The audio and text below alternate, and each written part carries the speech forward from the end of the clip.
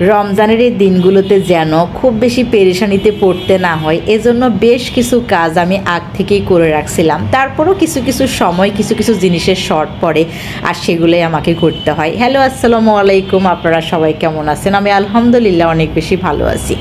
আজকে বাসায় একটা নতুন বেডশিট চলে আসলে বললে ভুল হবে, এটা আমি নিয়ে আসছি। বেশ কিছুদিন ধরে গ্রামীণ সেকের এই বেডশিটটা আমি খুব নাড়াচাড়া করতেছি, বাট কোনোভাবেই কেনার সাহস করতে পারতেছি না। আমার কাছেও ঠিক ওই রকম টাকা থাকে না। আবার চিন্তা করি বর তো অনেক বেশি রাগ করবে, যেহেতু আরও কয়েকদিন আগে আমি আরেকটা বেডশিট কিনে ফেলছি। আমার মনে হয় বেশিরভাগ ছেলে মানুষই এরকম ঘরের জিনিসপত্র কিনলে খুশি হয় না, ওরা বিরক্ত হয় আর বলে যে টাকা নষ্ট হয়।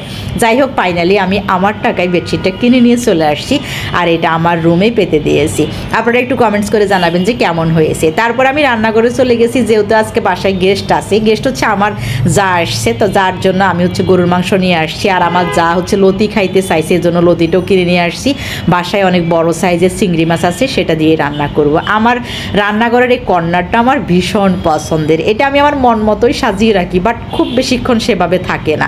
এটা ওটা নাড়তে গিয়ে বা কাজ করতে গিয়ে এটা এলোমেলোই হয়ে যায়। তারপর আমি এদিকে সালাদগুলো একটু রেডি করছিলাম, যেহেতু আজকে আমি হালিম রান্না করব। হালিমের জন্য কিছু কুচি কুচি করে সালাদ করব, আবার আমরা মাংসের সাথে খাওয়ার জন্য আলাদা বড় বড় সাইজের কিছু সালাদ করব। আমি একটা চুলায় ভাত আর গরুর মাংস অলরেডি বসিয়ে দিয়েছি, আর একটা চুলা খালি হতেই আমি সেখানে হালিমের জন্য পেঁয়াজ ভাজা শুরু করে দিয়েছি। আর এদিকে আমি হচ্ছে আলু সিদ্ধ দিয়ে দিয়েছি, যেহেতু আজকে বুট ভাজি করব। যে আজকে বাসায় সবাই আছে, সবাই মিলে ইফতারি করব, ভাজি আইটেমগুলো রান্না করব। আর এদিকে আমার গরু মাংসটা কিন্তু হয়ে গেছে, একদম মাখা মাখা আমার বরের পছন্দ মতো রেডি করেছি।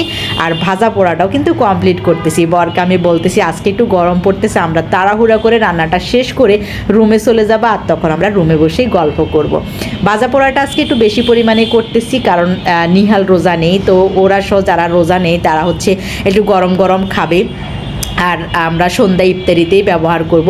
নিহাল হচ্ছে চলে আসছে কোচিং থেকে, আসার সাথে সাথেই তাকে আমি গরুর মাংস দিয়ে ভাত দিয়ে ফেলছি, কারণ নিহালের অনেক বেশি পছন্দ গরুর মাংস। আর গরুর মাংস ভুনা থাকলে নিহালের কোনো কথাই নেই। আর এদিকে রান্নাঘর থেকে মাঝে মধ্যে আমি নিহার রুমও ঢু মারি, কারণ আমাকে একটু দেখতে হয় ও কি পড়তেছে নাকি গল্প করতেছে। এই সব দিক সামলিয়ে আমার চলতে হয়। তারপর মাঝে মধ্যে আমি আমার বেডরুমও চলে আসি, কেন জানি আমার আজকে বেডরুমটা দেখতে খুব ভালো লাগতেছে। আমি জানি না আমার বর এসে কি বলে, সে এসেই বলবে যে কি দরকার এগুলো, অযথা টাকা নষ্ট করো তুমি। যাই হোক, আজকে দেখে না দেখার ভান করে আছে, আমি তার দিকে ক্যামেরাটা ধরে আসি। তারপর ফাইনালি আমরা চলে আসছি টেবিলে, ইফতারের টাইম হয়ে গেছে। আর আমি আর আমার বর বসে ইফতার করতেছি। আলহামদুলিল্লাহ অনেক দিন পরে ফ্যামিলির মানুষ নিয়ে ইফতার করতেছি, মনটা ভীষণ খুশিতে আছে। আমি আমার ফ্যামিলির সব সদস্যদের ভীষণ পছন্দ করি। আমার যাদের সাথে আমার সম্পর্ক খুবই ভালো, আর আমার এই যা যেহেতু ঢাকায় থাকে, তার সাথে আমার সম্পর্ক আরও বেশি ভালো। আমার যখন খারাপ লাগে আমি তার কাছেই চলে যাই, বা যখন আমার খারাপ লাগে তখন তাকে আমি ডাক দিই, সে আমার কাছেই আসে। আমরা আজকে ভাজা পোড়া কিছু শরবত ফল ফ্রুটস নিয়ে বসে গিয়েছি। তারপর হচ্ছে রাতের খাবার আমরা ভাতের আইটেমও রাখছি। তো আজকে শরবত খাইতেছে আমার বর, আসলে জানে না যে ভাজা পোড়াটা আছে। তাকে আমি এটা বলিও না আর টেবিলেও আনি নেই। সে হচ্ছে শরবত খাওয়ার পর আরামে বসে ফল ফ্রুটস খাচ্ছে এদিক ওদিক তাকিয়ে। তারপর একটা সময় নিয়ে আমি তাকে বললাম কেন বুট মুড়ি তো আছে। এবার সে অবাক হয়ে আমার মুখের দিকে তাকায় আর ভাবতেছে এতক্ষণ কেন বলিনি। এদিকে আছে হালিমটা আমার বর ধরেও দেখবে না, হালিমটা বাচ্চারাই খাবে সবাই। তবে হালিমটা ভীষণ মজা হয়েছে। নিহা অলরেডি 2বার খেয়ে ফেলছে আর বলছে যে এটা অনেক বেশি মজাদার হয়েছে।